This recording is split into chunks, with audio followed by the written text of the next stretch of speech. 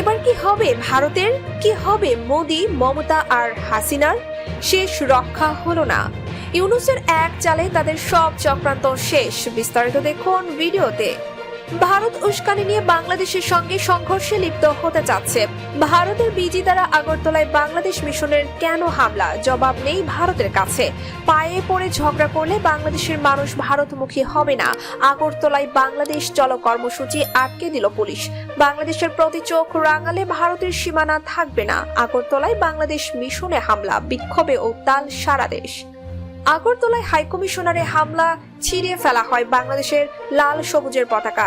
জরুরি তলবে পররাষ্ট্র মন্ত্রণালয়ে ভারতীয় হাইকমিশনার। কলকাতা ডেপুটি হাইকমিশনারের সামনে সহিংসতার বাংলাদেশের নিন্দা। বিজেপি সরকার হিন্দু সম্প্রদায়ের মানুষের রক্ষাকর্তা।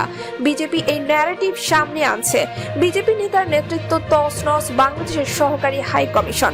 বাংলাদেশ ভারত উত্তেজনা। হঠাৎ কেন দিল্লি যাচ্ছেন ডোনাল্ড লু? বাংলাদেশকে যে হুমকি দিলেন পশ্চিমবঙ্গের বিজেপি নেতা শুভেন্দু।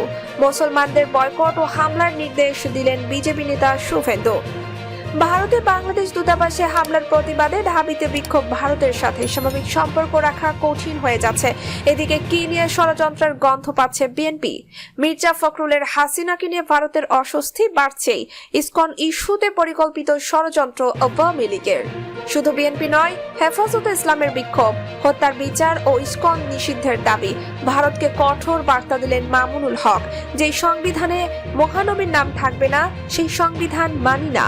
আন্দালিব রহমান পার্থ ইসকনের ব্যানারে আওয়ামী লীগের গুন্ডারা আলিফকে হত্যা করেছে। রাজনৈতিক মতবিরোধ, কূটনৈতিক চাপ। বাংলাদেশে আলু রফতানি নিয়ে আপত্তি। পশ্চিমবঙ্গের মন্ত্রী বেচারামের মমতাকে নিজেদের ঘর সামলাতে বললেন রিজভী। এটা শেখ হাসিনার বাংলাদেশ নয়, বলেন আসিফ নজরুল।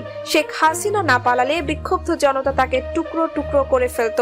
বাংলাদেশকে অস্থিতিশীল করতে মাস্টার প্ল্যান করছে ভারত।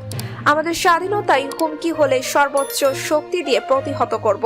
শেখ হাসিনা ভারতের জন্য ছিল সোনার ডিম দেয়া হাঁস। মমতা আপনি আয়সা দেখেন কি হচ্ছে, বললেন আব্দুস সালাম। আবার কেউ কেউ পশ্চিমবঙ্গকে বাংলাদেশ মনে করছেন। ভারতীয় গণমাধ্যম ও নেতাদের ভূমিকা বাংলাদেশ বিরোধী মনোভাব উস্কে দিচ্ছে। যেখানে ইসকনের চিন্ময়ের মতো লম্পট শিশু ধর্ষক রয়েছে, সেখানে মাত্র একটি ইস্যুর জন্য বাংলাদেশের সাথে সম্পর্ক নষ্ট করতে চায় না, বলেন প্রণয় ফার্মা। ঢাকা দিল্লি আন্তরিক হলে সম্পর্কের টানা পড়েন এড়ানো সম্ভব। অভিমত বিশ্লেষকদের ভারতকে বুঝতে হবে।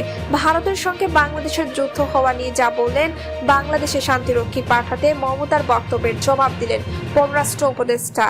হ্যালো না বলে জয় বাংলা বলার দাবি জানালেন মমতা। সম্মানিত দর্শক, ভারতের এই কর্মকাণ্ডে আপনার কি মতামত? ভারত কি পারবে তার পোষা কুকুরকে আবার ফিরিয়ে আনতে? সম্মানিত দর্শক, ভারতের এই কর্মকাণ্ডে আপনার কি মতামত? ভারত কি পারবে তার পোষা কুকুরকে আবার ফিরিয়ে আনতে? আপনার কি মতামত? অবশ্যই আমাদের কমেন্ট করে জানাবেন। আর আমাদের আপডেট সব ভিডিও পেতে আমাদের চ্যানেলটি সাবস্ক্রাইব করে বেল বাটনটি ক্লিক করে রাখুন।